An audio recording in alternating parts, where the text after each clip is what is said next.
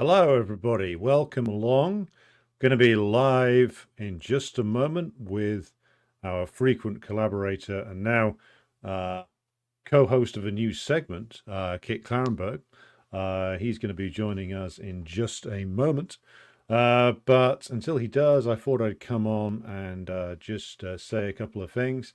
First of all, of course, today it is 107 years since the coming of the Bolshevik Revolution, the October Revolution in what was then a Russia run by, not by the Tsar, of course, he'd gone already, but by the bourgeois forces represented by Kerensky and others, supported by the Mensheviks and social revolutionaries, supposed revolutionaries, all of whom, of course, that is the bourgeois, the Mensheviks, the social revolutionaries, the Tsarists, were to join together in a foul and obnoxious counter-revolutionary coalition to fight together to try and destroy the newly emergent state of the workers and peasants that took roots in the territory of what had until then been the Tsarist Empire.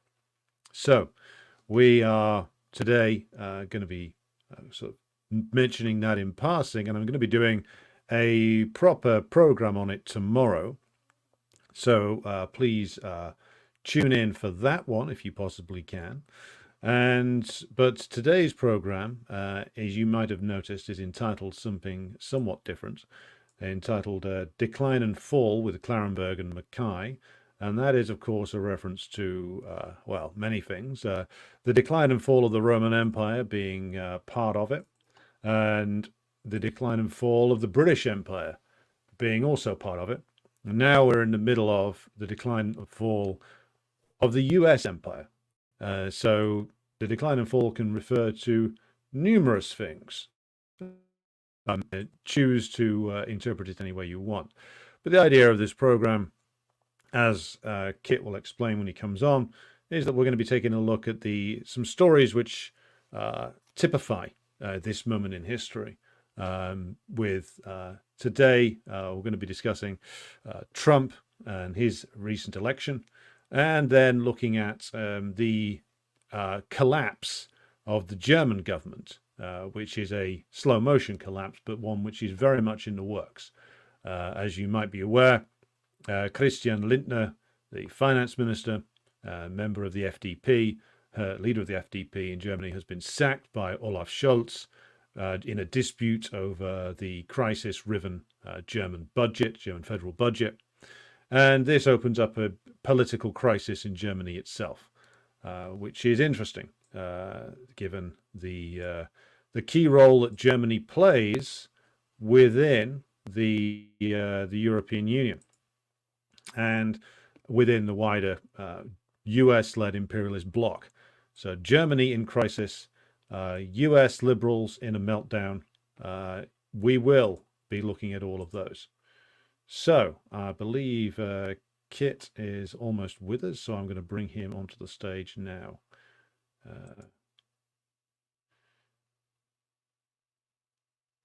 Hello there, can you hear me? Okay, got a few technical problems here. Just bear with us a moment.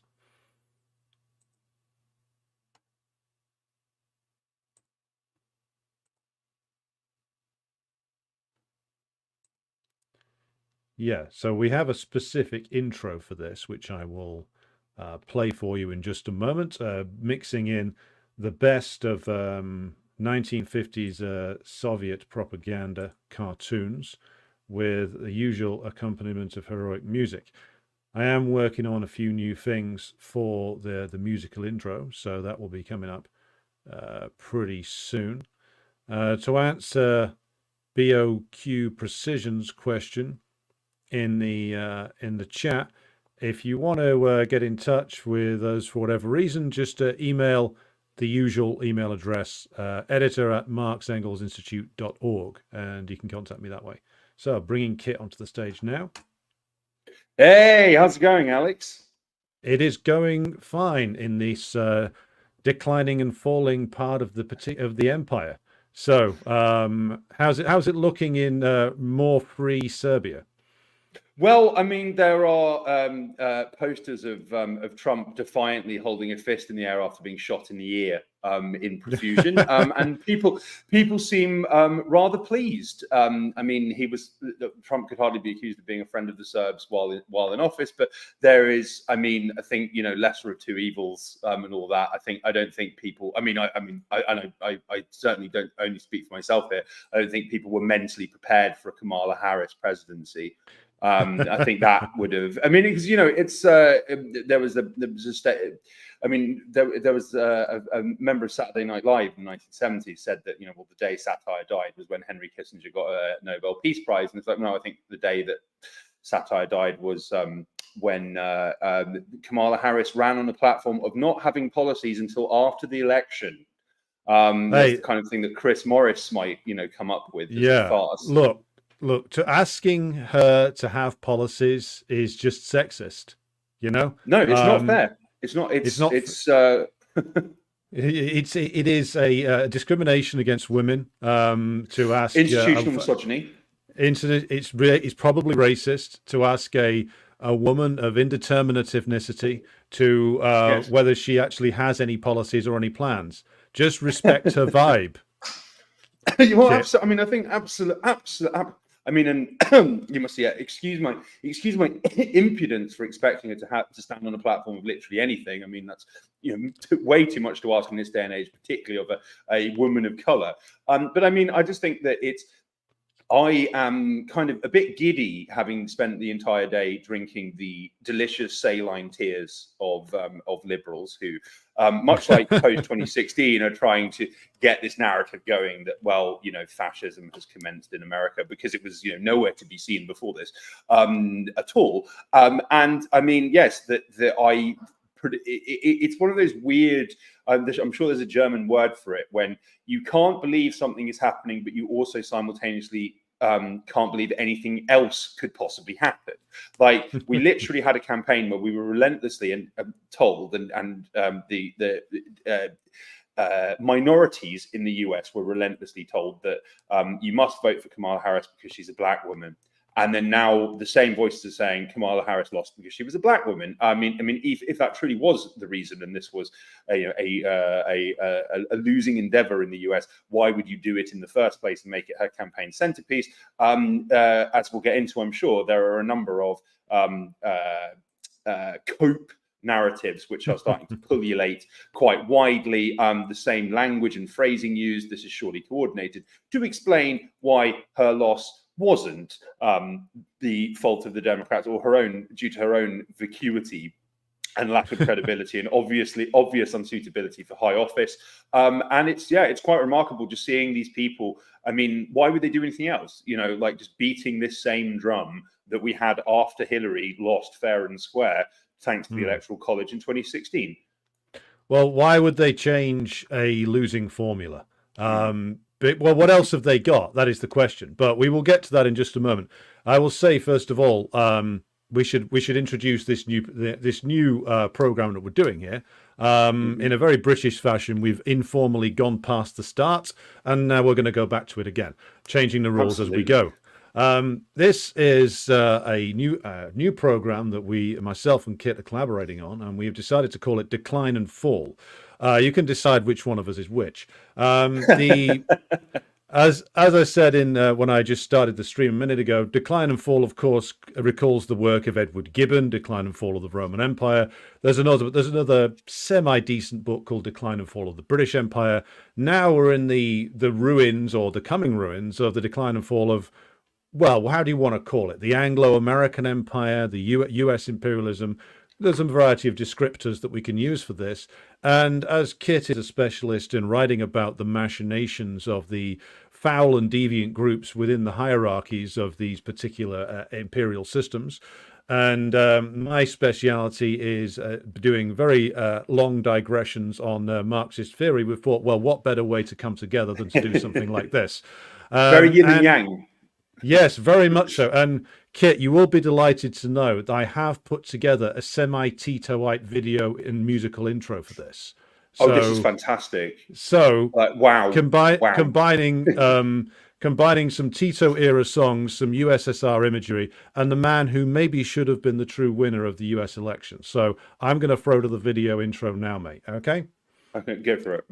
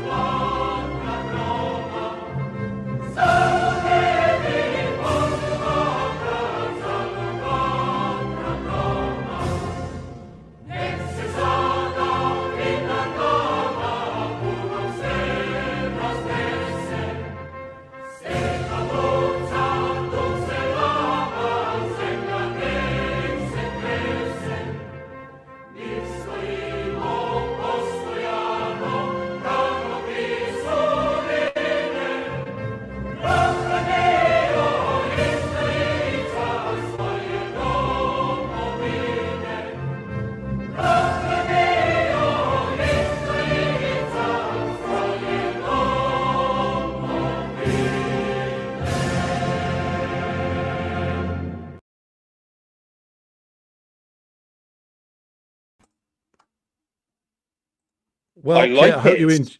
I hope you enjoyed that. It's somewhat experimental. We have got an outro as well, which is a song entitled Hero Tito.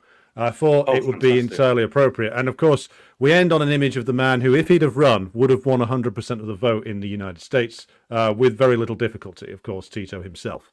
And as you are sitting in the land, very much the land of Tito, I thought that this was an entirely appropriate usage of the great man's image. But that we will be working on other visual graphics as we develop the program. But let us now, Kit, shall we dive into head first an ocean of liberal tears. They are coming from both sides of the Atlantic. In fact, the Atlantic is now 3 inches higher than it was just on Monday of this week, due to the tears coming from Guardian HQ, where, according to some reactionary commentators in Britain, counselling is available to Guardian writers, and George Monbiot has tried to drown himself in his own compost bin. This is a tragedy, of course, but nothing is more tragic than wealthy people being asked to endure some mildly uncomfortable moments. And so we will begin our tour through liberal tears by going to probably a bastion of, maybe a thought leader of American liberalism. It's The View. And a clip you sent to me earlier on. Here we have Whoopi Goldberg engaging in political commentary, and who better than the star of Sister Act to pronounce upon these things. Let's go over now and see what she has to say for herself, and what we can learn from this. So here we go. Let's get in the words of an old song, are you all ready for this? Some pundits are asking what the vice president could have done differently to break through with the voters. Of course, she only had 3 months to campaign, rally. She kicked his butt all over the country over the course of those 2 months. She did every debate, every interview. People kept saying they didn't know who she was, so then she told them who she was. So how much more could she have done? Or should she? I mean, aside from buck naked dancing on the top of the table, I don't know what else she could have done. I don't think she could have done more. I think she left it all out on the field. I think she raised $1 billion in 3 months. I think that she ran a flawless campaign, and I maintain that.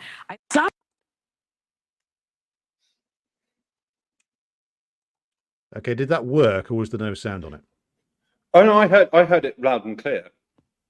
But I mean, I heard it loud and clear. For some reason, it was okay. Maybe you couldn't hear it, is what you're saying. Yeah, well, as long as the audience could hear it, that's fine. But generally speaking, that is the flavour coming from The View, which is hysteria and entitlement in equal measure. But it does rather raise the question of why a bunch of Hollywood liberals, who, let's be honest, like Donald Trump was one of them for a long time, Like he used to, as he said in his recent Rogan interview, I used to go on The View. They loved me.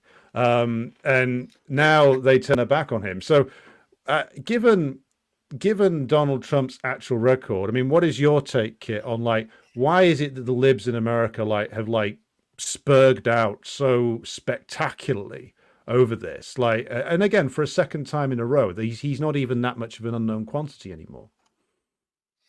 Well, I mean, I just think that this election was, from the perspective of a lot of US liberals, and I think that, I mean, they were alone in this because they have exposed themselves so thoroughly over the past 4 years, and these things are interrelated. So I think that for the past 4 years, the Democrats have been riding high and basically getting away with murder, and they have been saying all manner of nice things and doing things like having photo ops where there are female soldiers, in the background, to like really push home all of these things that make liberals feel better about themselves. And it's like, the liberals like their empire to have a veneer of respectability to them and maturity. And so, I mean, I think that they've had 4 years of, the world's first and probably last like DEI president. Lots of stuff when he first came in about like trans rights, and this is now a dedicated objective of the NED and USAID and other imperial front organizations, is to push this overseas. And so liberals have had 4 years of being made to feel good about themselves while their country at home is just teeters on the brink of collapse, and their empire abroad is slowly but surely shattered into a million pieces. And they've not really been paying attention at all to what's been happening outside their bubble. And I think that, I mean, if you think about Kamala Harris, on top of ticking the DEI boxes, it was, that she was intended to be this celebrity president. And what I found very interesting is I have seen an enormous number of people, and there was another clip, I'm not sure if it's from The View or CNN, where Joy Reid is saying, well, she had all of these celebrity endorsements, like Queen Latifah never endorses anyone. And it's like, in their mind, this is really significant, as is, I'm sure, they saw these neocon thugs and war criminals like Donald Rumsfeld endorsing Harris. They're like, oh yeah, we're winning. This is fantastic. And then, but outside this echo chamber, which is heavily self-deluded, and I mean, people's lives have been collapsing. The cost of basic consumer products in the US is about a quarter more than 4 years ago. Now, I mean, the numbers may even actually be considerably higher, because another one of the ways that the Biden administration just engaged in brazen and overt manipulation in order to paint this picture of harmony in the US was they changed the way that inflation is calculated to not include like basic consumer products and housing. Therefore, they could say there was no inflation at all, and then they also changed the definition of recession, so they could claim that the US hadn't had a recession, of course. But it's like, they are so this liberal class is so hyped up on their own myths and hubris and lies that they couldn't see the real picture, and all of the things they thought were going to be significant heading into this election weren't, and they can't wrap their heads around the fact that their strategy, which has failed before, has failed again. So it's like there was a lot was made about how Kamala Harris, she's doing what Clinton didn't do, and really hitting town square meetings and doing like public addresses all over the map in key marginals, and this is like a really great thing. But the problem with that is it's Kamala Harris giving these addresses, so like automatically they're not going to win anyone new over, and they're probably going to alienate people who were wavering because she's so bad. And I mean, Branko Marcetic is a superb journalist who writes for Jacobin and the Quincy Institute for Responsible Statecraft. He dug up some quotes from a campaign meeting where Kamala was asked in the audience by someone who'd lost their job, lost their health insurance, and was facing homelessness, how Kamala was going to help her. And she said, I'll change the rules so your unemployment doesn't count against your credit score. You know, and it's just this literally happened, and it's like, but it's like again, it's like something out of like a Chris Morris satire, and I think that you know, the media was deceptively editing her interviews and then admitting they'd done this because her answers were so bad. After she expressed vague sympathy with Palestine one time, her aides had to rush out a statement saying Kamala's personal opinions on Palestine should not be seen as an indication of changing government policy. Well, that's very And it's revealing, like, isn't it? That's like yeah, that's actually admitting the truth, which is doesn't yes, fucking matter in the slightest what an individual candidate thinks. Like Barack Obama, we know from what Ali Abu Nima of the Electronic Intifada has said, used to go to pro-Palestine events in Chicago with Ali Abu Nima and others of like that circle. And he was yeah, photographed there. And when he spoke to them, Abu Nima said that it's clear Obama did understand the issues, just like he didn't need to be given the open veins of Latin America by Hugo Chavez, which was a good stunt by Chavez, to know the reality of U.S. imperialism in South America. He knew, he understood it. But again, like the Harris's aide said, it doesn't matter what the candidate thinks. The priorities are the same, no matter who it is.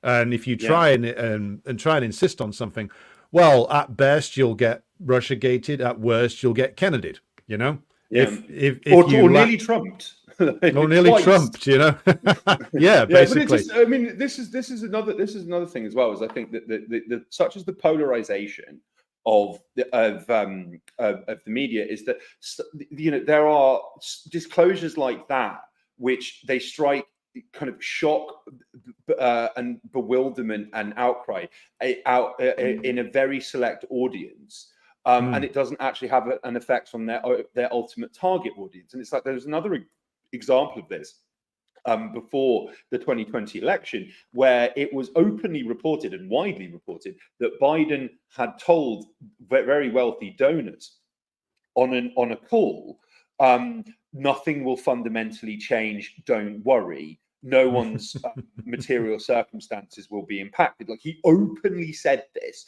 and it was reported. And then it's just kind of like, oh, well, that happened, and then everyone forgets about it. The hardcore Biden supporters just forget about it. And you know, and it's just like, I mean, to the average person, this stuff is just, it is repulsive, but also confirmed, just openly confirms what they've probably long suspected anyway. But it's, but like, it's gotten to the point where so many things get confirmed publicly now, and then they're just kind of forgotten about. And you know, like after when the full scale of Kamala Harris crushing defeat by Donald Trump and just the Republicans on every front. I mean, they're in full control of the machinery of the U.S. government, or are they? I mean, at least on paper, you know, which is stunning. I think that that she was meant to give an address to her supporters, and apparently, like, quote unquote, large crowds had assembled near her campaign HQ to hear her give an address. And then it was just announced, oh, actually she isn't, she's not going to. and it's like, you know, there are all of these people, bearing in mind they're like the hardcore Kamala supporters who actually went out and voted for her. And she, like, you know, they call a public meeting and then cancel it at the last minute with zero consideration for the attendees' feelings or the optics of this. They just don't care. Like, I mean, it's quite it's quite remarkable. And it's like, well, like, I think. Sorry, go ahead. Yeah, these people, they can literally kick them in the bollocks over and over again, and these people will just say, well, at least it's not Trump doing it. You know? Yeah, well, yeah.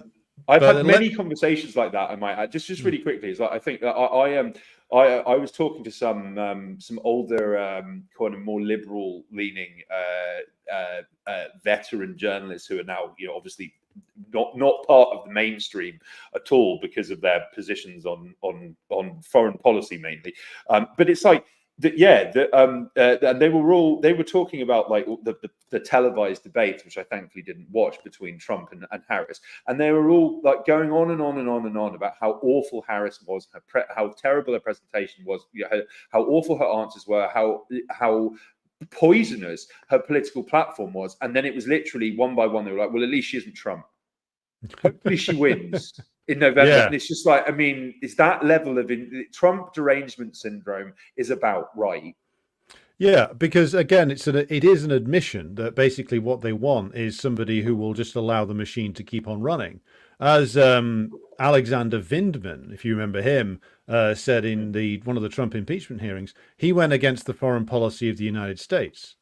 Again, it's such a revealing comment from not even that important, but like a mid-level Pentagon official, Pentagon military official, saying that essentially the president has no right to contradict this long-standing priority.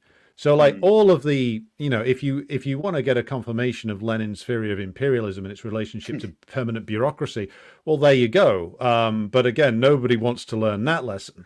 But I think we should take a moment to think of some people's feelings here, Kit. And I know this guy's a favorite of yours, so I'm going to add him to the stage now. A certain Owen Jones. I will quote for the benefit of those listening on the audio edition. Owen is very sad. Maybe he's one of those who is in the counselling sessions for The Guardian.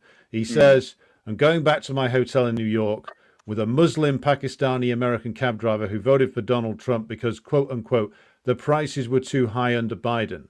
Now, the quotation marks there aren't just meant to imply that it's a direct quote from the driver. It's meant to imply ridiculousness, basically. Like Jones is mocking this guy. The prices were too high. But the prices are too high, as you said. Like the ordinary, like working class Americans have seen like their pockets emptied over the last few years under the Democrats, and the Democrats' like chicanery and manipulation of the stats won't hide that fact. Yeah, and like so when confronted with the choice of like Biden, who has been in power in presidency for 4 years, but in office for 50 years, and has only ever brought bad things to them, like. Well, why wouldn't a Muslim American vote for Trump? Because like if this guy's a citizen, Trump's not going to be able to fucking deport him, and he probably hates the Democrats so much that he would vote for just whatever the alternative is or whatever the viable alternative is. So it doesn't take a genius to work that out. However, Owen Jones is incapable of working it out because he's paid to be obnoxious and dumb. But you have any response to our friend Owen, who, by the way, has still got me blocked on Twitter? Yeah, well, I mean, he blocked me and then unblocked me when I called attention to the fact that he'd boycotted a Palestine solidarity event and fundraiser attended by my friends Roger Waters and Aaron Mate, and then he unblocked me to say that this wasn't true and that he hadn't boycotted it because of them, but he wouldn't have signed up if he'd known that they were part of the platform anyway. So I mean, yeah, it's just quite remarkable. But yeah, I think that this tweet in particular, it cuts to the core of like why Owen Jones is and always has been like such poison to the left. Is that like now? I think that we might have even discussed this on the show before, but. Or maybe it was on Twitter, I can't remember. But like there is Owen Jones wrote this absolutely terrible book that was called The Establishment, and it was about different pillars of the British establishment and quote unquote how they get away with it and their incestuous relations. I mean, it read like the kind of sixth form college students, like, you know, end of term paper or something. It was not insightful or valuable at all. But like what was really interesting was that, like, you know, it got reviewed by a lot of establishment journalists who mocked his whole there's some establishment conspiracy, and B were like, well, I actually went to university with Owen.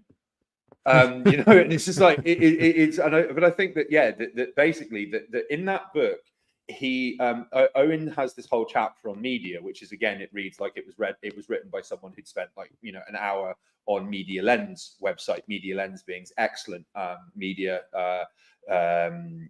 watchdog group, independent, and they apply the propaganda, Chomsky's propaganda model to modern day reporting on a variety of topics as well. Well worth your time. But in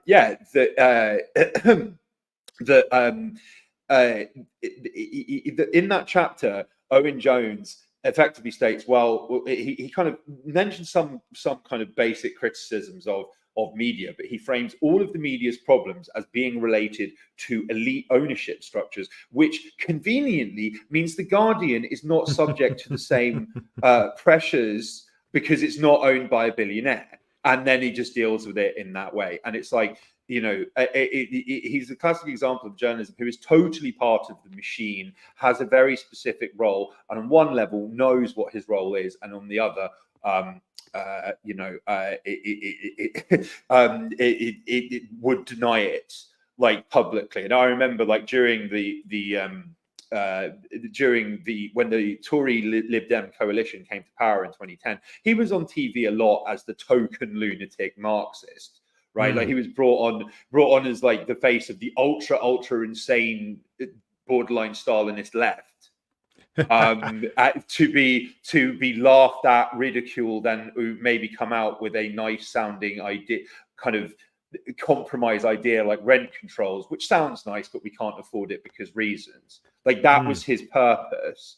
And I think, that he is a very, very, very not only is quite clearly a gatekeeper, but also that, like, that he is part of that liberal elite, actually, for all of his claims of, like, having this working class background and blah blah, like, and he swans around in elite media circles in London. So of course he is shocked to find out that a Pakistani Muslim, who's now presumably a very proud US citizen, decided to vote for Trump because they couldn't afford groceries. Like, this is the stuff that people care about. They don't give a fuck about pronouns and vibes, and that's all, like, Kamala offered. And I think there's a point I was going to make earlier when we were talking about how, like, liberals can't wrap their head around this because they got their way, and they didn't win. they can't effectively admit defeat. Like, we are having repeatedly. There's the exact same phrasing has cropped up, and I say there must be some kind of coordination. Like, the exact same phrasing on Twitter and on liberal networks in the US is Kamala ran a flawless campaign. Right, so she's flawless, her campaign's flawless.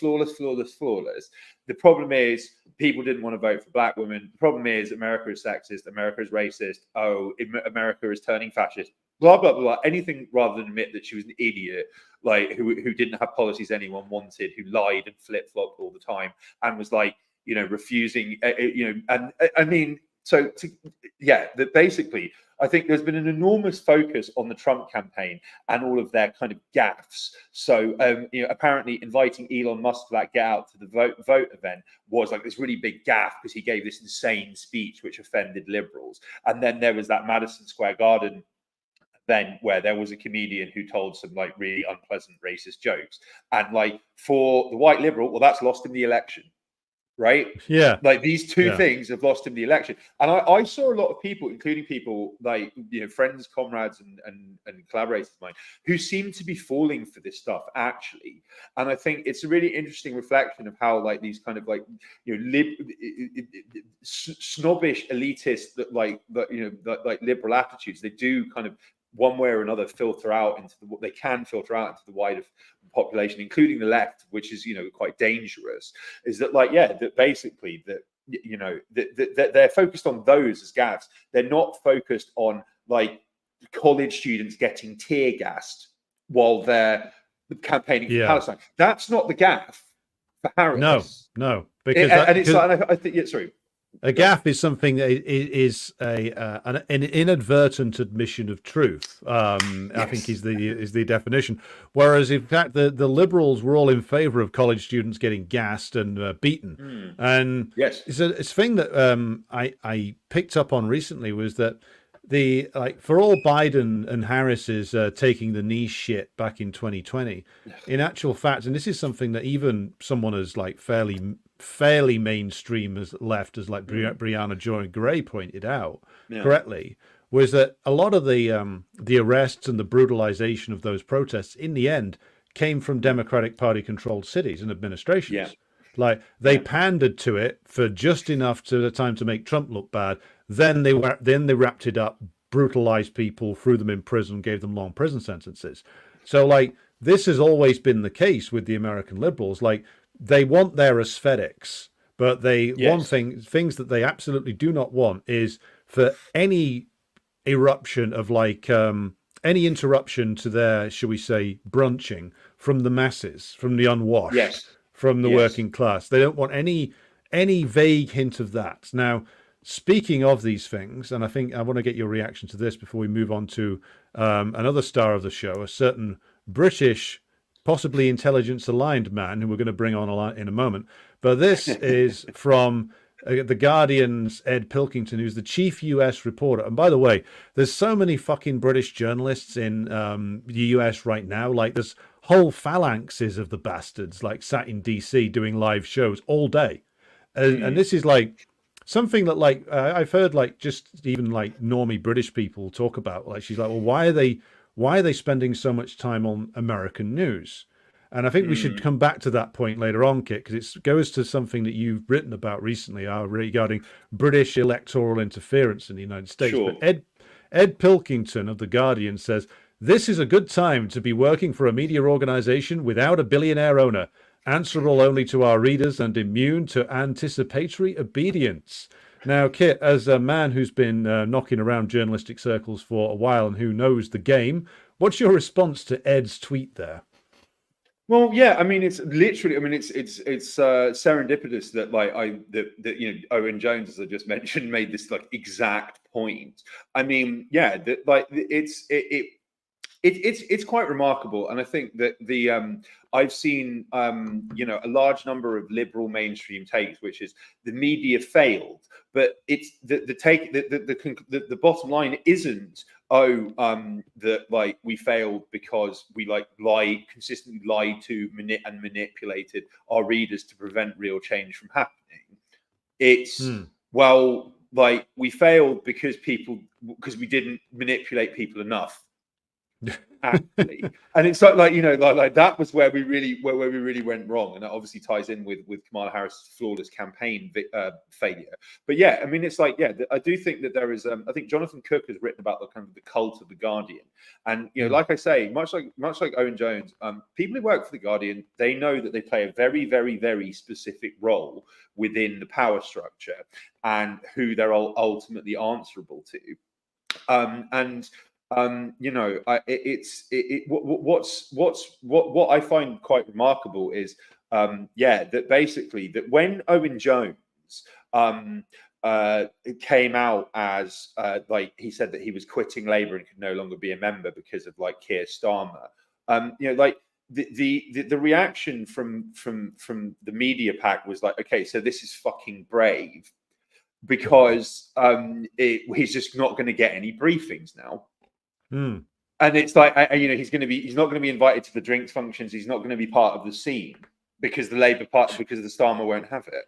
Oh, that's got to be the worst scene I could imagine. Can you imagine, like, actually having to have a drink with these people? My God. Oh, no, I know. I mean, no, I can't and don't want to, you know. It's just like I've got enough trauma on my mind as it is from their writing. But I mean, it just you know, there's that great anecdote about like Chomsky, like how his dentist told him that he was grinding down his teeth and he didn't know when, and it wasn't while he was sleeping, and then one day like his wife walked in on him reading the New York Times, and he was just like grinding his teeth like just together like so hard.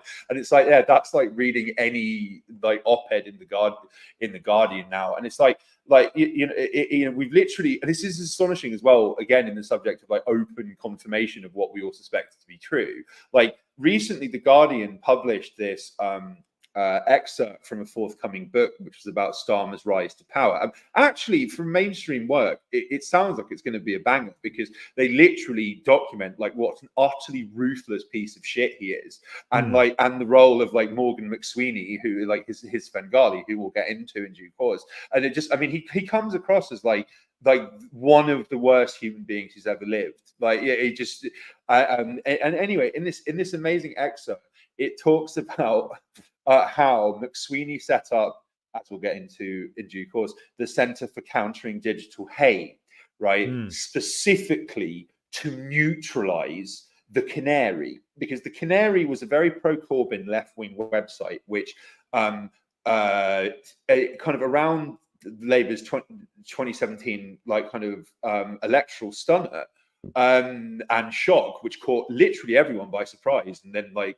you forced the Guardian to turn really radical for like the entirety of the summer, because clearly like there was an appetite for this stuff, and they had to reflect their readers' opinions before trying to shape them back. Yeah, that like that basically he set up the Centre for Countering Digital Hate with Sweeney specifically to neutralize the canary, and this was meant to be one of the ways that all of Corbyn supporters were going to be systematically destroyed and removed from the party. And like and like literally they said that yes, that like we need to kill the canary or it's going to kill us. Like that was that was the threat posed by the canary to Starmer's path to victory. This kind of like, you know, run on a shoestring left-wing website, right? Example of the positive power of the internet, perhaps. Like, you know, but yeah, that basically that.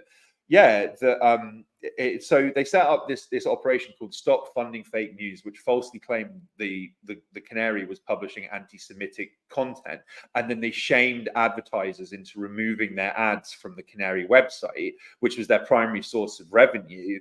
And then therefore that made their business model completely unworkable, and they basically had to like massively strip down their operations, and like, you know, people lost their jobs and all this other stuff, and like, you know, that was like devastatingly effective, and I watched it like happening in real time.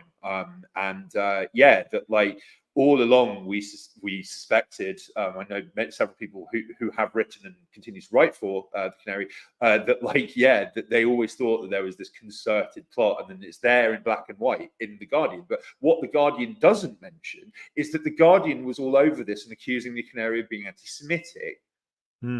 So it's like they've erased, journalists like consistently erase their own role.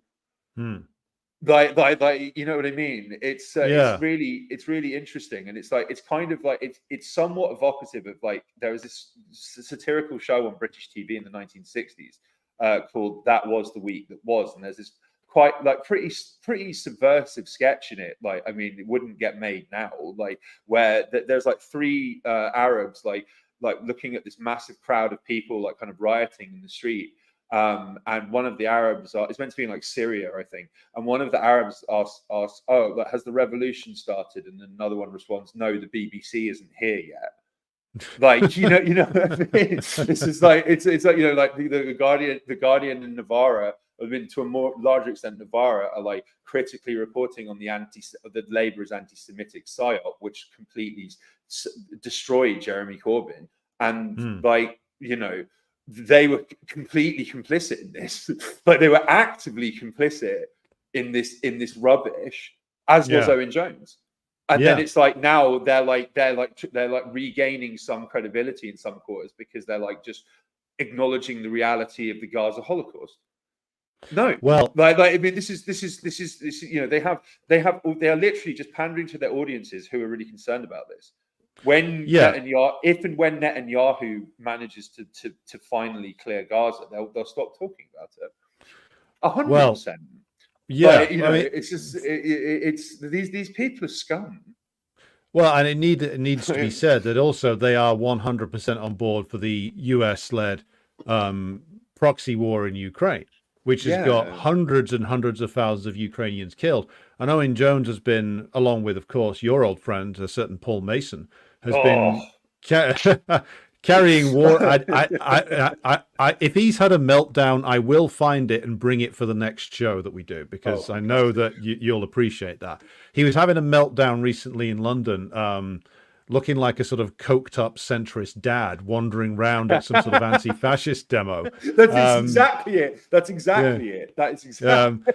But I will find his reaction. Partridge. Like, the Alan Partridge of Trotskyism, which says a lot. I saw like someone when he was like roaming around saying like boasting about how the police have seen off the fascists. Like someone took there was a photo of him at the event like circulating where he's like wearing these very clean kind of single dad trainers and jeans, and then someone posted on Twitter saying like, has anyone seen my dad, like, you know, last spotted like roaming in this protest? Just he's senile and old, and like which is very funny. I mean, it's I mean, I think he has actually posted a take on the election, which is that they didn't go DEI enough or something crazy anyway. Yeah, It's needed okay. more diversity, and they needed to probably Yeah. bring Zelensky over to do the campaign for them. You know, They should all pretend to speak Welsh. yes. Do you remember? Just for the benefit of our Paul Mason, my dear friend, the celebrity British journalist, or is he? Yeah, basically, yeah. But sorry, have I lost you? No, I'm still here, mate. Can you? Okay. Well, yeah. I mean, no. I think let's move on to the next section. Actually, Well, I'll get into him later. We will bring in another favourite of yours, a man who is also possibly intelligence agency aligned, a certain Mr. Rory Stewart, who is one of the most bizarre figures in British politics, because the centrist dad demographic keeps trying to sell this guy to the British population, and even like right wingers aren't going for it because they think he's some sort of like liberal scum, basically. But here's Rory Stewart looking like he's wants to die, speaking about why he got his election prediction wrong. I'm just going to add this clip to the stage now. But I would rather be wrong, I guess, optimistically, believing in people, than be right pessimistically. I mean, I feel I've often been right pessimistically. I was right by thinking Iraq and Afghanistan were going to be catastrophic messes, and that didn't make me feel very good about the world. Why were you wrong? Why didn't this work out? I think that there are going to be so many theories swimming around, and we can all play at those games, but a lot of it, I'm afraid, is projection. It's not very scientific. So clearly the issues that Trump was campaigning about were partly immigration, partly cost of living. There was also quite a lot of subliminal campaigning which was around cultural issues. So there was some racism, there was some misogyny, there was a focus on transgender issues.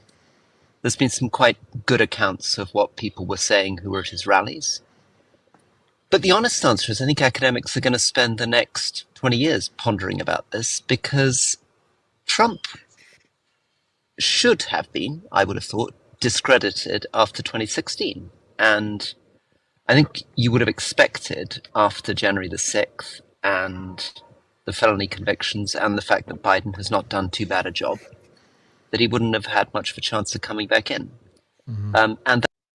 Right, I'm gonna pause it there, Kit, because there's so much in that opening statement which is astonishing, because he's clearly learned nothing at all. This is a man who, by the way, co-presents a podcast with Alistair fucking Campbell, like a man who is like who should be in jail for basically coming up with the lies that led us, well, to help to justify the Iraq war. So he does a podcast with that arsehole, and like he's babbling on about like Trump's sexism and racism while he's sat next to a guy who's responsible for the death of more Iraqis and others than Trump could ever dream of being. And like he's raving on about how Trump things said at Trump rallies. So, Kit, your response to Rory Stewart, possible intelligence asset and clueless hobbit. Right. Well, I think that one of the most bizarre things was his need to crowbar in the fact he was pessimistic about Afghanistan and Iraq. It's like he's campaigning.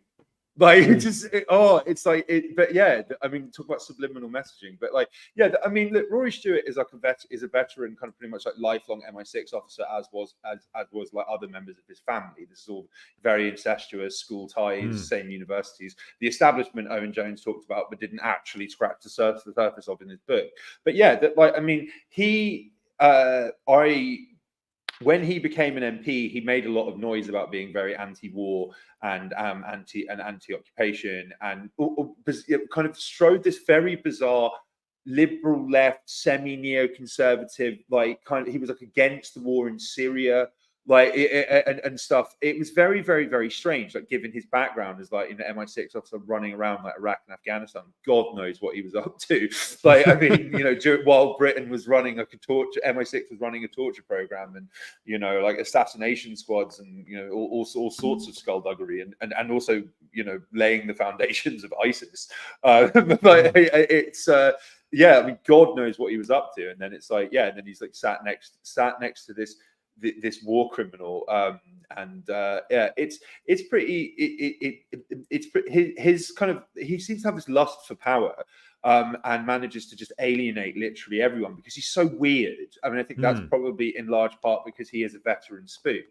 I mean, like when you go into working for MI6, like literally nobody can know who you are. Yeah.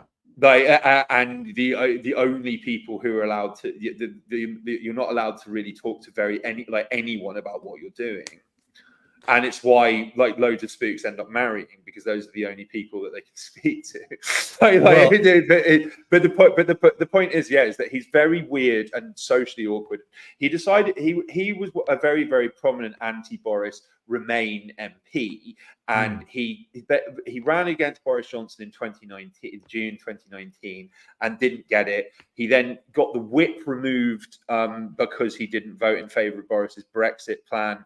He then, in 1999, he then ran like as a kind of, was it an independent or Lib Dem? I forget, and then lost.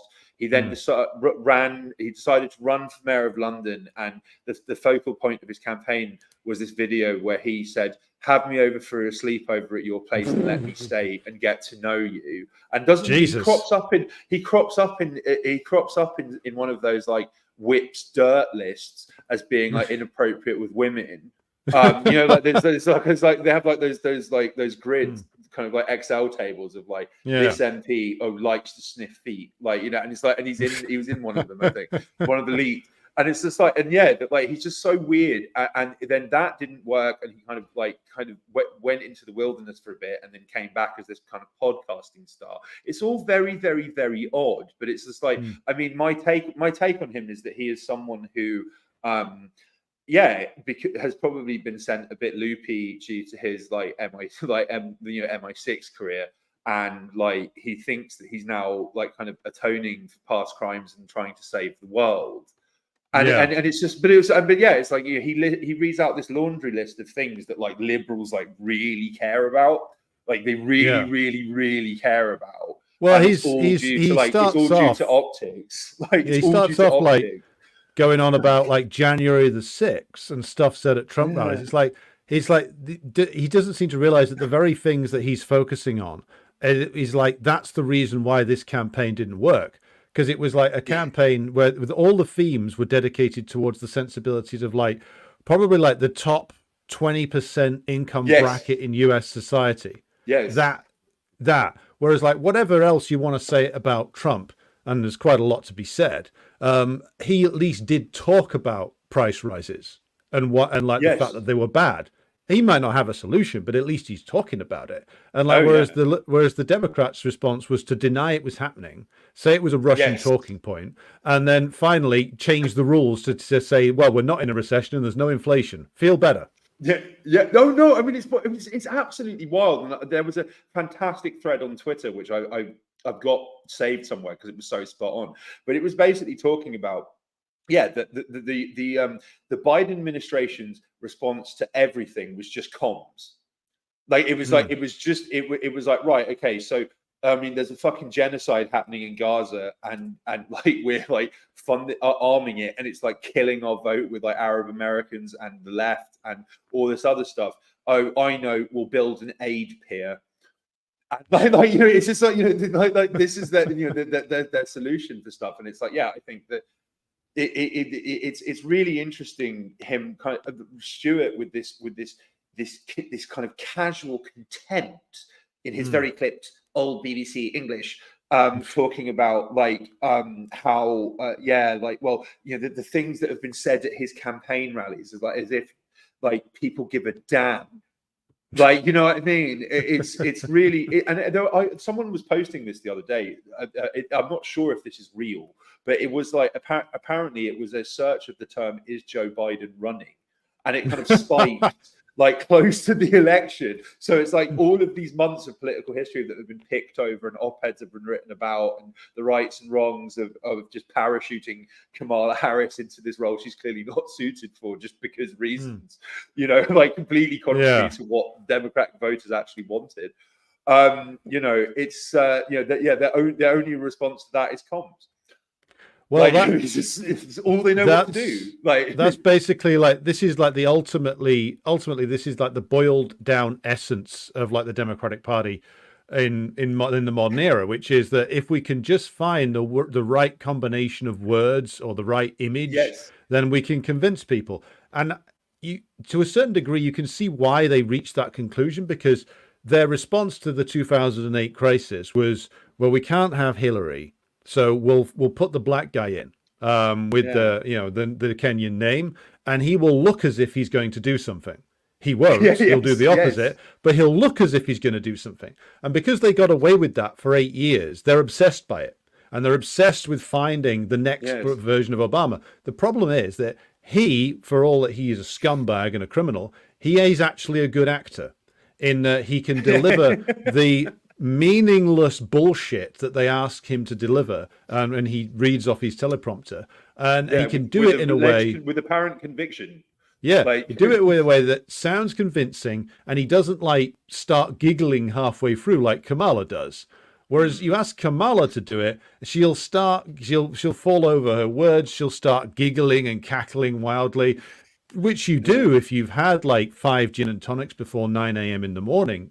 You will start laughing. But also, Kamala, for a lawyer, is an exceedingly bad liar.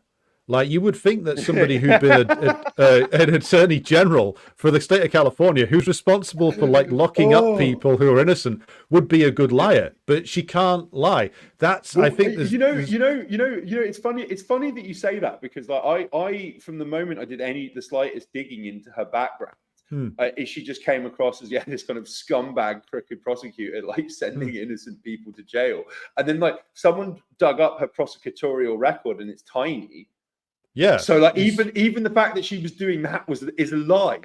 Yeah, it was somebody. Like, she was like, fronting. This is meant to be part of the positive part of her. Yeah. She like.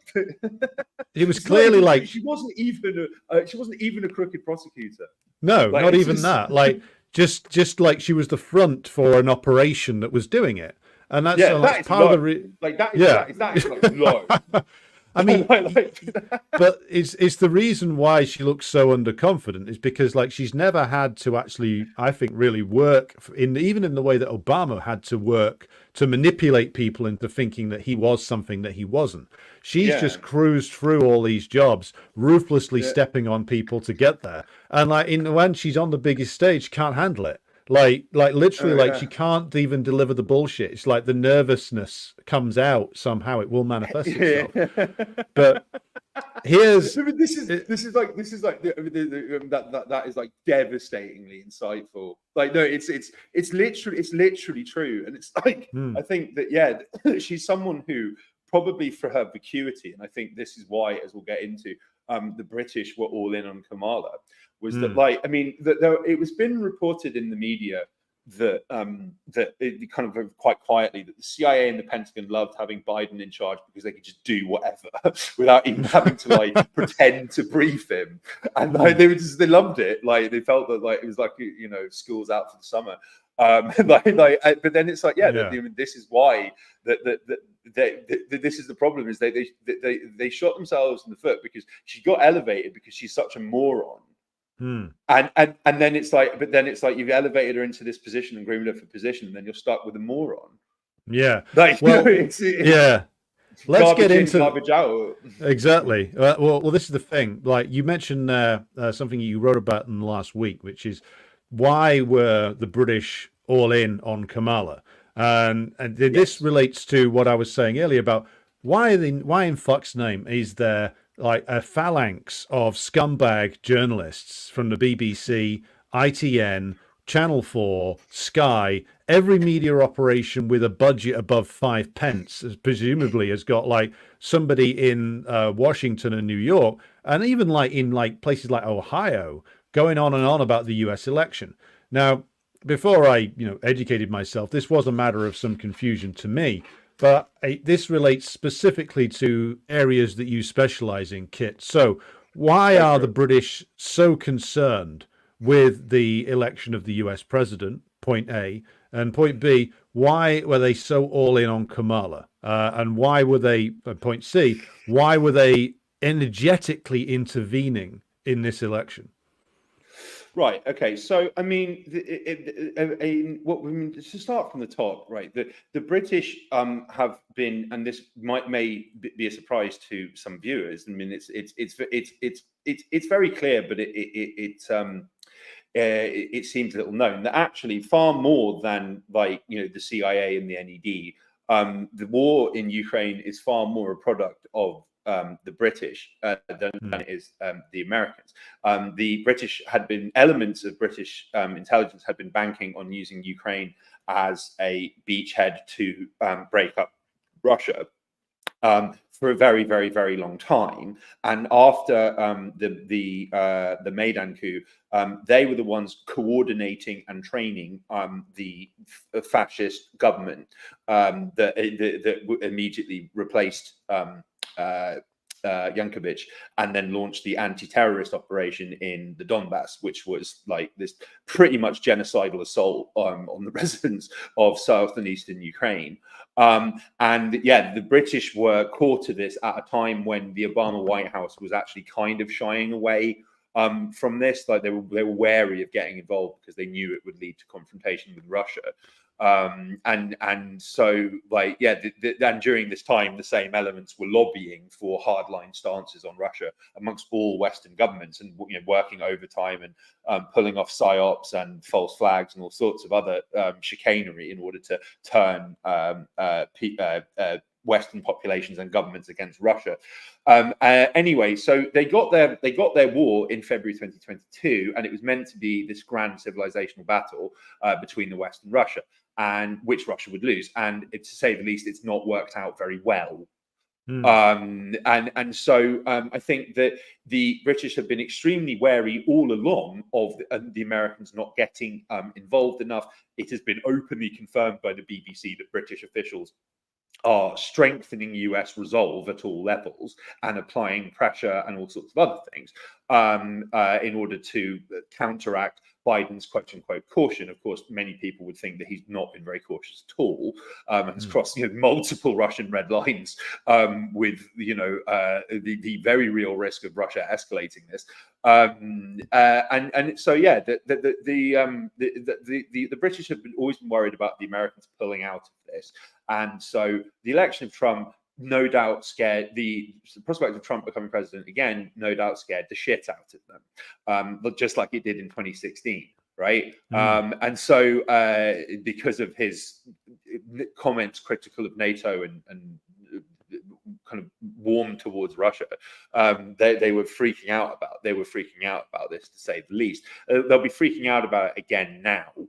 And I think with probably good reason, because the US can't actually sustain this any longer, really, because they've depleted their stockpiles of weapons and armor and vehicles and ammunition to such an extent that they are like dangerously overstretched. And there is a Pentagon report, or a RAND report, RAND's a Pentagon think tank, that like recently, which basically stated that the US needs to basically completely reindustrialize, like now, or indeed yesterday, because we are running out of everything and we wouldn't be able to respond to a major military challenge of any kind anywhere in the world. It's written there in black and white in this RAND report. And it's just so like, yeah, they can't keep this going. And I think that's why it potentially might explain one way or another why Trump could win again after everything they did to try and prevent this from happening. So yeah, that's a very real threat. So accordingly, when Starmer came into the office in July 2024, he very quickly, i.e. immediately, tried to cement himself as the wartime prime minister. Of course, nobody's particularly interested in anything he has to say, so it's kind of been missed. But he's made all sorts of like tub thumping, very belligerent, hawkish statements on Ukraine. And the NATO 75th anniversary summit, he basically declared that Britain would support Ukraine for as long as it takes. Russia can't win this, and every NATO member needs to increase their GDP of the defense spending to 5% of GDP, or significantly. I mean, it was like this really hawkish, but like way more bombastic than even like what Boris Johnson was coming out with at the start of this. And like, yeah, to say the least, Starmer was going to be threatened by a US president who wasn't all in on keeping this going, given the stance that he's taken. And, the Kursk, the ill-fated Kursk operation by Ukrainian forces was a British operation. It was planned, like that Britain supplied all of the equipment, intelligence, weapons, vehicles, tanks, like for them to do Kursk, and they did this explicitly. This was reported in the Times to try and normalize overt involvement to such a degree that Germany and the US and other major NATO allies would do the same. Is that this is basically would be the start of potentially World War III. What they were trying to do. And so like that he's put himself at that level, and as we'll get into the fall of the Scholz government in Germany, I think that there is actually similar concerns have led to the end of that government. Yeah, that like he's put himself at that very high hawkish level on Ukraine, and it's been announced in the UK budget recently that it echoed Starmer's language from the NATO summit that Britain will give Ukraine $3 billion as long as it takes, and this is like hated by the public as well. They're like, we're using all of this money to Ukraine, and yet less money would solve homelessness. Well, yes, if the public finds out about it, of course, which is it is seldom actually mentioned. No. Other than in the internal pages of some of the broadsheet papers, most of the time, the British support for Ukraine is hidden, and I think quite deliberately so. Like this operation in Kursk, I mean, pretty transparently, as you said, a British government organized or military intelligence organized operation was reported on ecstatically for about a week, and then when it became obvious that this thing was going to be a complete disaster. It just disappeared off the front pages.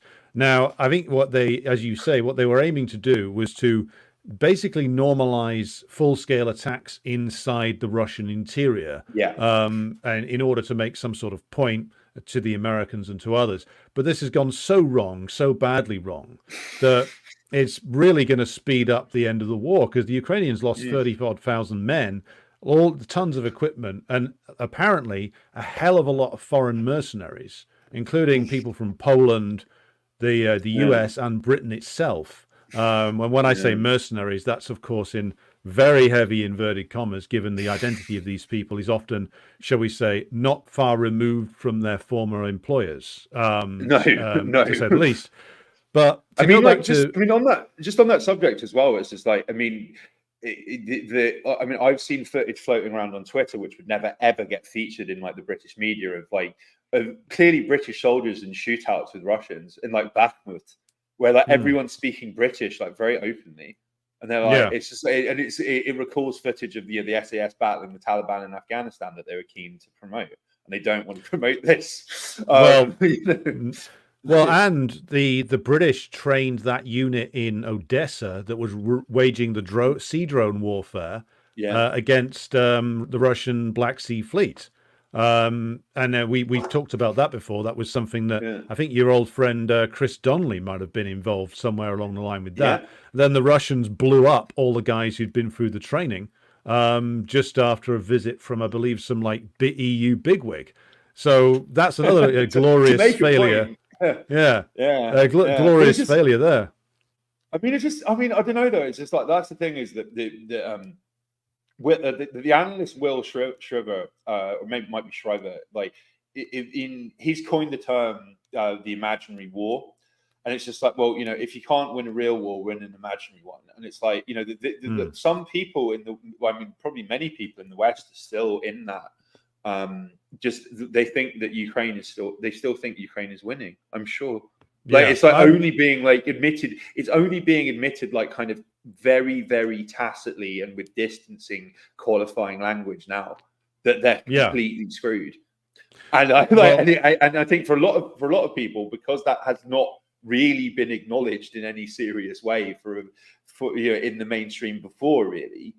Yeah. To such a blunt extent, I think it must come as a real shock to people.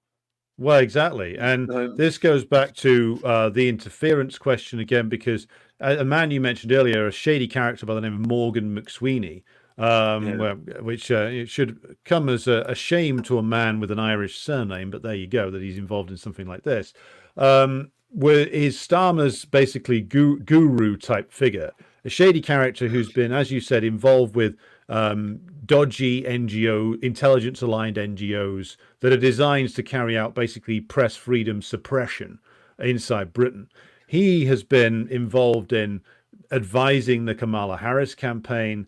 The Labour Party sent, depending upon which report you believe, either between 100 and 200 volunteers to go and work over in the United States. And this is even after we get to the fact that the Russiagate arguably was a British intelligence creation, or at least a co-creation, given the role of Christopher Steele.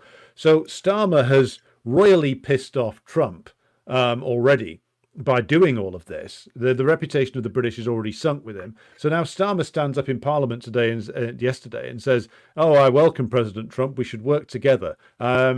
I don't think that's going to wash, mate. Given how things have gone. I was just going to say on the numbers point, right? I saw this floating around on Twitter, and I couldn't verify it, but it looked very real. That there was a post that was taken from LinkedIn that someone sent me on Twitter. There was this head of operations at the Labour Party, Sophia Patel, saying, "I have nearly 100." This is on LinkedIn. "I have nearly 100 Labour Party staff (brackets current and former) going to the US in the next few weeks, heading to North Carolina, Nevada, Pennsylvania, and Virginia. I have 10 spots available for anyone available to head to the battleground state of North Carolina. We will sort your housing. Email me on labourforkamala@gmail.com if you're interested." That's wild. That is absolutely wild. And it's like, that all of the Labour people who were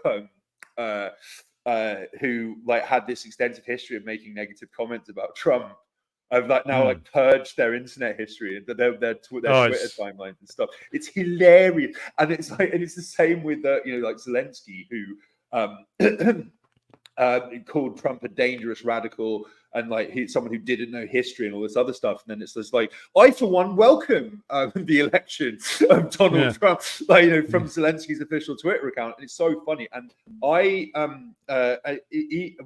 two governments have fallen in effect within 48 hours or even 24 hours, Alex, because of course in Germany, right, we've just had the collapse of the Scholz government. Now, I am pretty convinced that one of the reasons they're getting out of this now, right, is because they know that somewhere down the line, there's going to be a photo op with German government ministers standing next to Russian officials.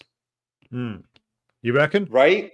I think so, because if you look at what's happening to Germany economically, right, we're getting into this zone of where all of these major German corporations that have been considered like jewels of Europe, and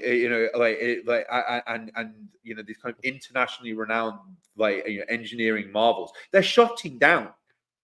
German car companies are shutting down. German industry is finished. It will no longer exist because it was completely dependent on cheap Russian oil and gas. And they are on the verge of collapse. They really are. And these things happen gradually, then very rapidly, right? Well, so given that everything that, I saw that Volkswagen are cutting back. Yeah, it's like major German Schaefer, they're putting thousands of people out of work. It's wild. and these were like kind of brands that I grew up knowing. You know, like it's completely insane. You know, that's their international reputation for, you know, making great stuff is just which has endured for like almost 2 centuries is ruined. Like I mean, it's astonishing. But it's like, yeah, that basically that I think that because Scholz put himself at like such a high level with the rhetoric, like talking about Zeitenwende, you know, like this, you know, this kind of civilizational shift, this epochal shift in East-West relations, and like was, you know, all in on sanctioning or on the sanctions, and have almost destroyed their country as a result. And it's just like you can't vault fast from that. Like, you know, and I think that that's where, like, you know, Starmer has painted himself into this corner, right? Is that like he's been all in on Ukraine at a time it was a completely losing bet, and then he was all in on Kamala when that was a losing bet too. He's checkmated himself. Well, yes, like, I would say just on the German question. I mean, you said that there's going to be essentially a potential rapprochement with the Russians pretty soon. I mean, that may be true. It's going to be very difficult it's going to be impossible for Scholz to do it. Merz, the opposition leader, seems identical when it comes to the Russian question. So the only voices of opposition to the continued war in Ukraine come from the AfD, the sort of, I would call them basically the German UKIP or the German Reform Party, and of the Bundeszahlwagenknecht, which is the Zahlwagenknecht's break away from the absolute cesspit of Die Linke. I hate them. Oh, well, disgusting because of a destroyed potential. I think is the way I would look at it. So could it be the case that Scholz is either decided that he wants out, or that they're going to try? To my mind, the only way they can sustain the current framework politically is if they stick together some awful grand coalition. But that will mean that they both get annihilated at the next election. So how do you think this is going to go?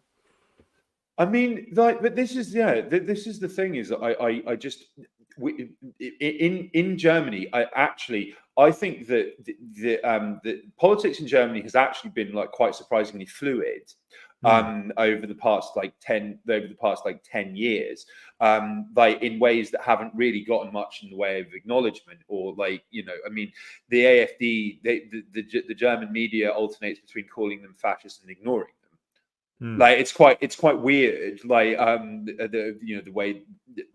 But the point is that like ever since like the creation of West Germany and then the reunification of Germany, it's been like politics has switched between CDU, SPD, and if you had told me 10 years ago that there would be like 3 new political parties in parliament since then, I would have been very surprised. So it's like, this is like a kind of collapse in support of established parties, like in quite a short space of time. Yeah, like, you know, and the rise of independence and independent candidates and independent parties. And so it's like, that like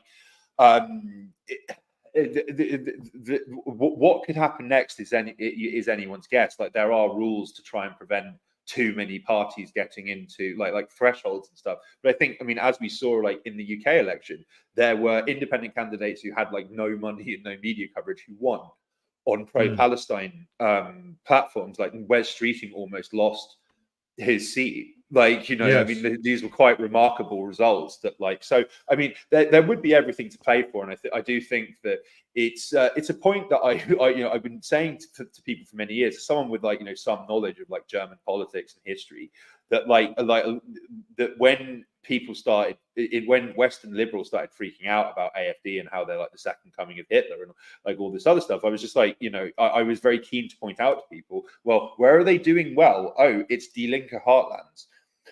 You know, like and there is a reason for that. It was because they were like, irrespective of whether you like their policies or not, they were anti-establishment. Like, well, it's just like if there was a better anti-establishment alternative, a lot of people would vote for them. But the state would be trying to destroy that. Yeah. from the moment it was created.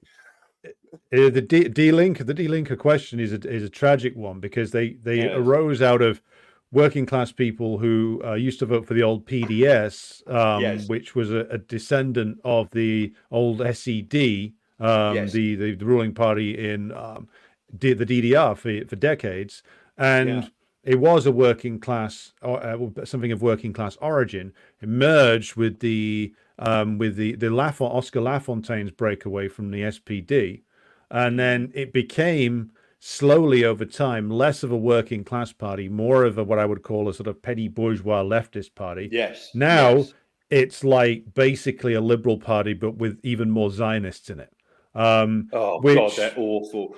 And I Yeah. think as well that there's a point to make about them as well, is that I think that the reason they are so repulsive is because that there was so much potential there. Like their rise to power was pretty wild. Like, Yeah. I mean, given the extent to which the GDR is demonized in Germany, like, you know, you can publish endless books about Hitler, do what Katja Hoyer did, which was publish a sympathetic look at East Germany, and you're getting like death threats. Like, you know, I mean, it's not allowed. Like, you know, Katja Hoyer wrote this book on East Germany, and then it was very well reviewed everywhere apart from Germany, where they were just like, how dare she say that the GDR wasn't, you know, hell on earth. But then, meanwhile, there is some apologism for living standards under Hitler allowed. But yeah, I just think that they had so much potential and it was ruined. But this was always going to be the case because they were actually an incredibly clever psyop that was effectively specifically designed to drain radical fervor at a time when German authorities were getting worried about kind of like rising disenchantment in the former East Germany. So basically, that like Die Linke, there are WikiLeaks cables where a representative of Die Linke is talking to the local US embassy in Germany and is reassuring them that they took the platform they did of dismantling NATO. Right, they took that platform as a very cunning way of draining anti-NATO votes, of which there is an enormous amount in Germany. Yeah. And always has been. And it was about a way of like getting this kind of radical anti-NATO voters to vote for them, so it could never happen. So it was like making this completely insane. Well, the whole of NATO has to break up, rather than Germany just leaving. It was it was a very clever 4D chess move. And then there's Die Linke representative like openly telling the US ambassador, "Don't worry, we're not a threat to you." Don't worry. Like, just, it's very, you can see how these things happen. Well, it's the same trick that in wording that the old Second International used about war prior to 1914, which is to say they come up with these very big sounding statements saying, we'll wage a war against war itself and stuff like that. What they would never say is that in the event of war, we will strive for the defeat of our own ruling class. That's what they would never say, because that is not only a more radical demand, but there's a practical ways you can go about that as an oppositional party. So the demand that Germany should leave NATO and have the US bases withdrawn from it, and the US troops and missiles sent home, that's a realizable demand which you could action, or you could look as if you were going to action if you had a chance of getting into government. Demanding that NATO all be deconstructed at the same time sounds great, but is never going to happen, as you said, and it enables these people to hide behind a really radical sounding demand. So like the demand should be that Germany out of NATO, US out of Germany. That would be like the sensible way to go about it. And if there was a serious campaign that was waged on that basis, well, I think the people who were organizing it would find themselves in prison very quickly under current German law. Because that's the absolutely unacceptable thing to say, isn't it? Yeah. Oh yeah. Oh yeah. Well, I mean, what was wild to me was like when the last time that I traveled through Germany, I basically couldn't see any of my followers on Twitter because everything they were saying was banned under German law. Like I was like going on my timeline and it was just like I couldn't see anything It was hilarious. Like Well, this tweet is banned in Germany. Like it was everything. And this is yeah. under free speech, anti-censorship Trump. Well, You know, yes. it's quite what it's just really wild. Yeah, and I think that Germany's innate fascism is just like risen to the fore, like so rapidly and readily. And there were like kind of German think tank workers talking about how Russians were like genetically different, like from European at the start of this on TV, and like and then just the now passing a patriotism law, which means that you can lose your citizenship and be deported for quote unquote anti-Semitism, which means like they can just start deporting Palestine solidarity activists, like willy-nilly. And then they also, on the same day that Scholz government collapses and Donald Trump goes into office, they very quietly announce they've reintroduced national service. Yes, like, which I was going to mention that. This is the thing, is it's just like, I mean, this is the start of the disaster movie. Like it really is. The thing about it is, and this is the big problem for Scholz or Merz or whoever takes over. Like they can talk about bringing back in conscription, they can talk about rearming, but it's rather hard to do that when your industrial base is falling to pieces. So like they've completely fucked themselves and cut their own knees off here. So like, because like you were saying about the Biden administration, like existing purely on optics, same is true for the Europeans. Like they think if they make an announcement, that means it must be true. It must be real. Oh shit! It hasn't happened. It's a faith-based reality now. Oh yeah, but that's the thing. It's just like the level of delusion. I mean, the level of delusion is just like, when I saw, and I think I sent you this. There was like some Lib Dem MP, and like bearing in mind, like when I was in my teens and my 20s, the Lib Dems were like trying to be some anti-war party. Like that was their big thing. Was that they were anti-war. And then like there was this fucking liberal democratic MP was basically just calling for like Britain to start rearming, like in response to Trump's election, and very like hinting at like national service, increased defense spending, rapidly focused military strategy on deterring Russian aggression, work with European allies to defend Europe under NATO that doesn't have US support. Like, well, good luck with that, guys. It's insane. And this is what I mean, is that like this is kind of what's actually forgotten, right? Is that like, and actually, what's actually forgotten is that when the Americans like left Afghanistan, like it seems that members of the British government were quite shocked by it. Like they clearly like weren't in the loop on the fact that they were actually leaving. Well, they didn't believe it. They didn't. That's the thing. And then there were people like, I think it was, I forget whether it was Dominic Raab, who was just like, well, I mean, the British should stay. Like what? Well, it's just that level of insanity. And then like you fast forward to a couple of years ago, and then was it Tobias? Was it last year that Tobias Ellwood, who is this kind of very prominent Tory and who had his military background, he's part of like 77th Brigade, and has like submitted papers to the Ministry of Defence on military thinking and merging military and civilian life.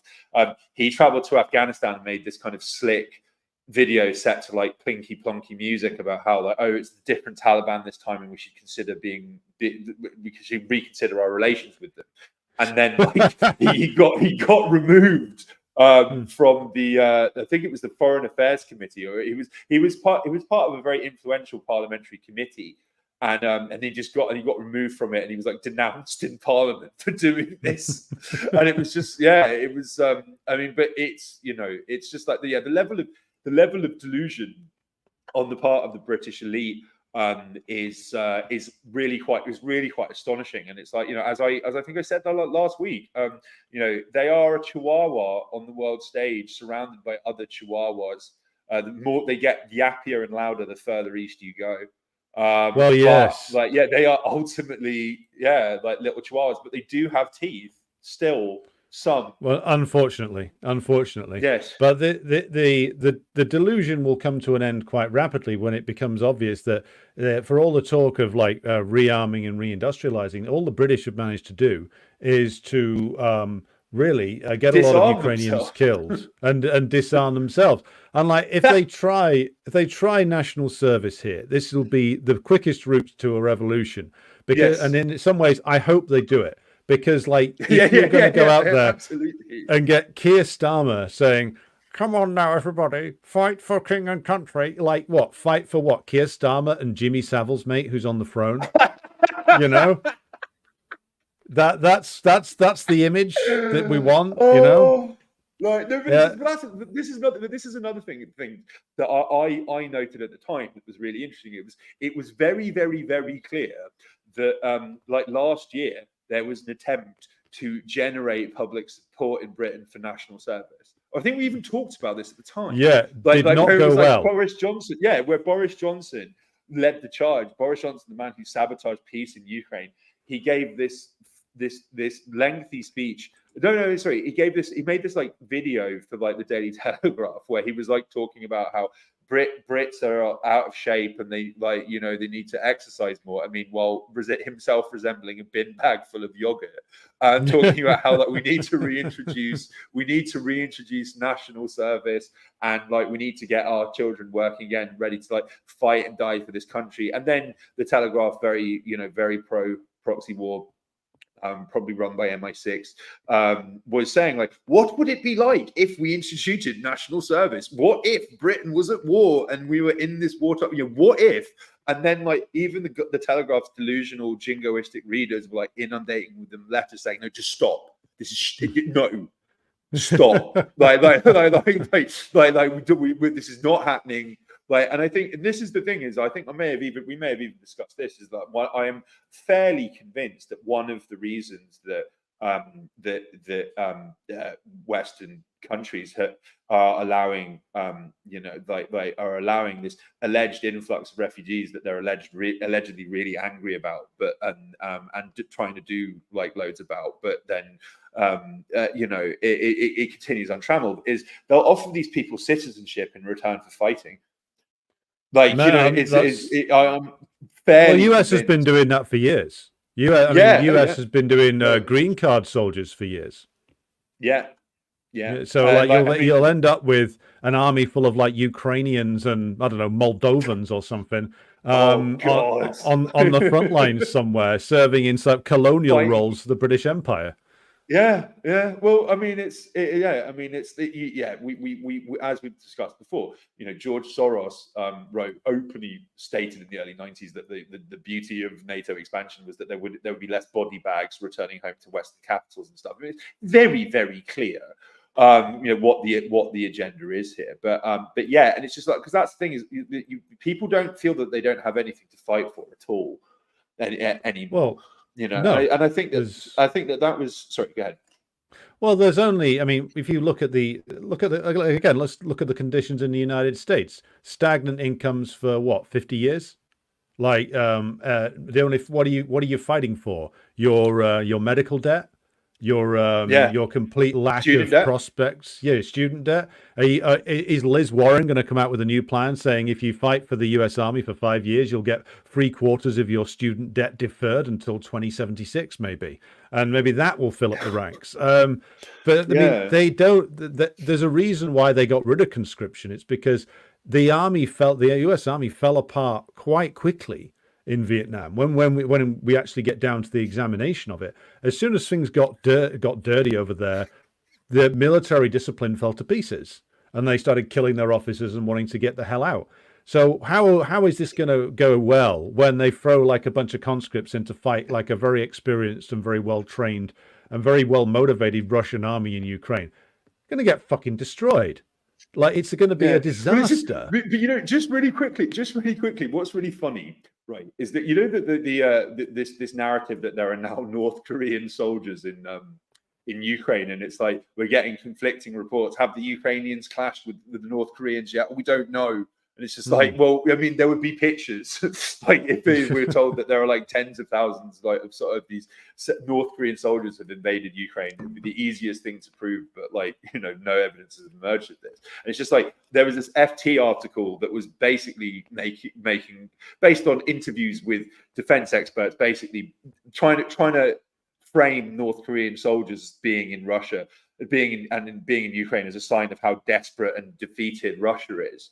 And then there was one defense expert, quote unquote, who said, well, I mean, you know, this is going to be an absolute disaster for Russia because the North Koreans don't speak Russian and the Russians don't speak North Korean. So like command and control is going to break down almost instantly. And it's like, that means they're not going to do it then, isn't it? Well, yeah. I mean, the best argument that this isn't happening is what you were describing. But yeah, I can imagine them. Sorry, go ahead.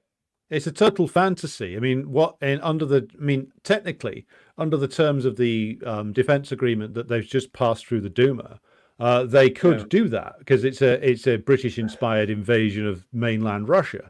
But in actual fact, what's happening is they're training North Korean officers at Moscow's military academy. That's actually what's happening, and they're putting them through the lessons that they've learned from the Ukraine war, which will make the DPRK's army, when facing the puppet regime in the south of Korea, US occupied Korea, much more dangerous to face because their officers will have gone through a training program designed by veterans of this war.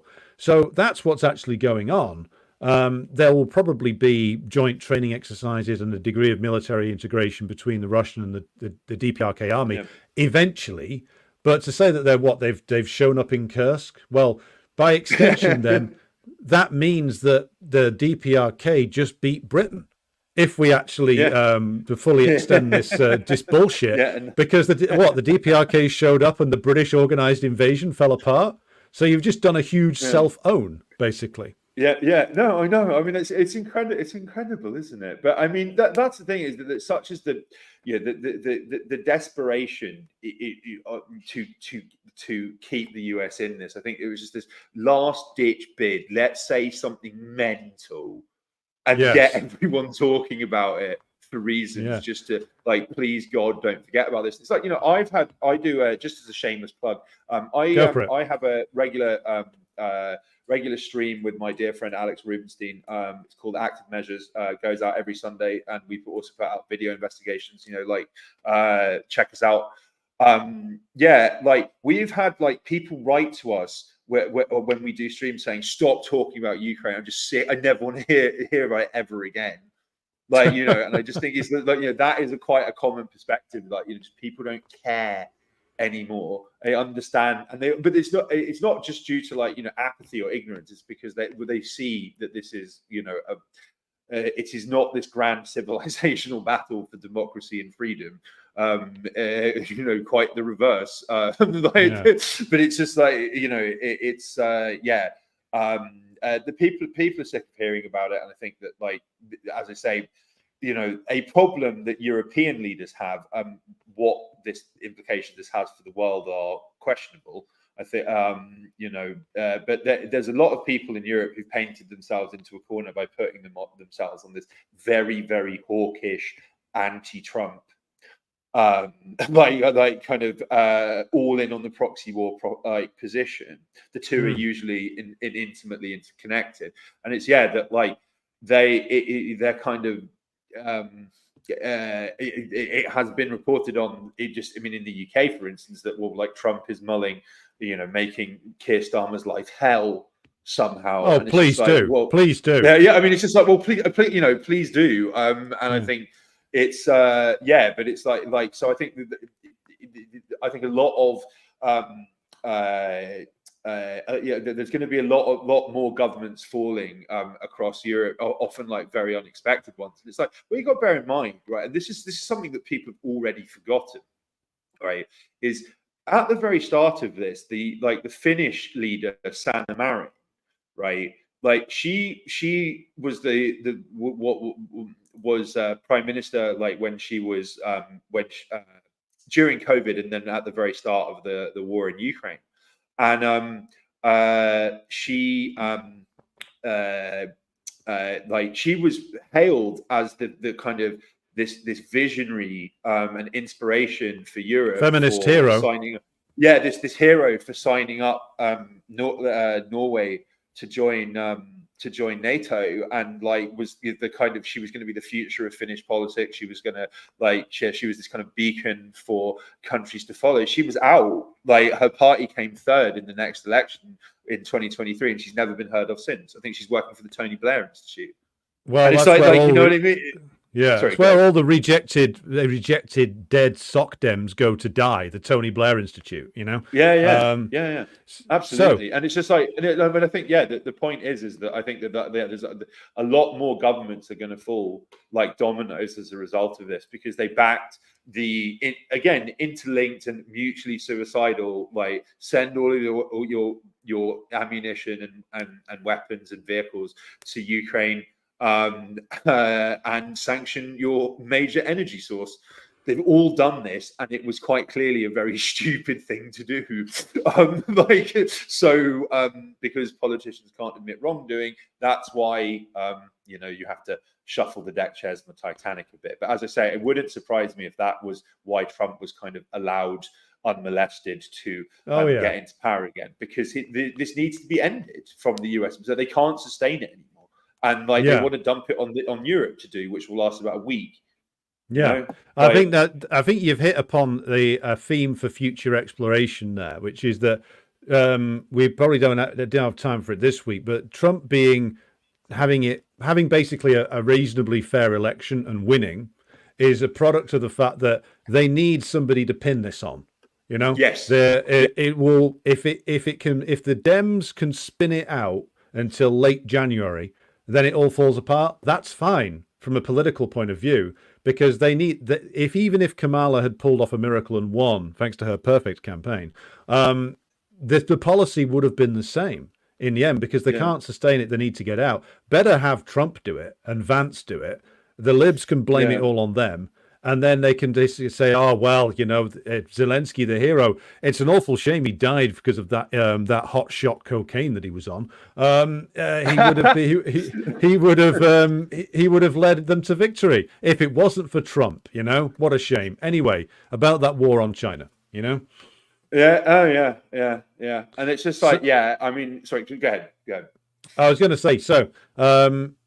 Going to be drawing things to a close in just a moment, Kit. But before we close out for today, are there any final thoughts you want to deliver to the audience? Which, by the way, 414 of you watching on various channels right now. Be sure to like and share the stream if you haven't done so already. Kit, I'll give you the final word for this week. The final word. I mean, it's difficult to know where to start, really, isn't it? But I mean, I think that for everyone freaking out about Trump getting into power, I mean, be realistic. There was going to be zero difference in any substantive way, probably, between him and Kamala. So don't feel too bad about it. But a benefit of it is we might finally get out of this Ukrainian proxy war nightmare, and we can move on with our lives. Hopefully in a slightly safer world. But if nothing else, if you do want to understand the ever more rapid collapse of the Anglo-American global empire, there's no one better to enjoy it with than Alex and I. And I think this has been a really enjoyable broadcast, and I really look forward to seeing more of you over time. Alex. Yeah, we will return to you again for another episode of Decline and Fall ASAP. There is always much to talk about in this There's always decline and fall. There's always decline and fall. So this is a show with no limits, We will find it wherever we look. So if you've ever strolled down a ruined Roman road and thought to yourself, I wonder what kind of civilization built this, you can actually point to Roman ruins and get a fairly good idea. When we're gone, all that will be left will be the memes. So think about that. Yes, absolutely. Longfellow couldn't have said it better. Yeah, indeed. And on that note, Kit Klarenberg, we will be back again, hopefully next week. It's been an honor and a pleasure, sir. We will return to you again. And remember, everybody, don't cry. It's just the end of the empire, not the end of the world. All right. Yeah, absolutely. All right, everybody, that was the first episode of Decline and Fall. I'm going to throw you over to a musical outro now featuring the heroic visage of Comrade Tito. Thank you, everybody, for tuning in. Be sure to like and share the stream if you haven't done so already. Be sure to check out Kit's work also on active measures that he does with his comrade Alex Rubenstein. Now we throw you over to the musical outro, and I thank everybody for tuning in. Thanks to Jenny for being our moderator for today, and I will return to you again tomorrow with our regular programming.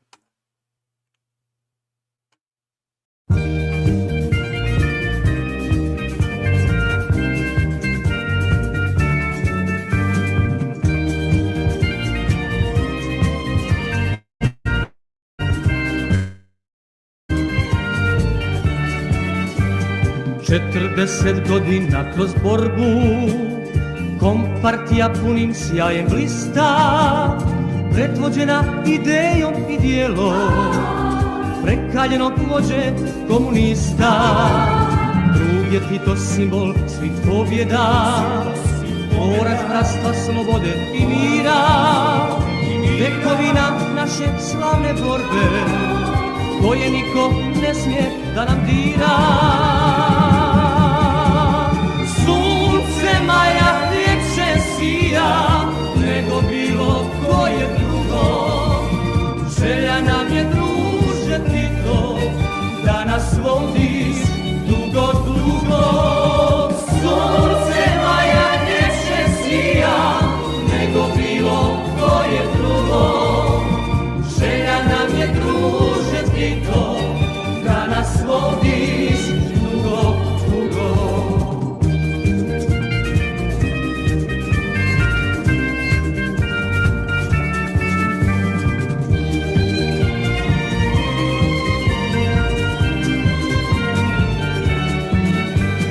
Danas naša domovina snažno tvojim putem u novo korača, sa oružjem politike mira, nesvrstane zemlje upravljača. Naš je Tito velikan heroja, što vizijom čovječanstvo divi. Njegovo je stvaralaštvo rijeka, koja teče sve dok svijet živi. Sunce maja ljepše sija nego bilo koje drugo.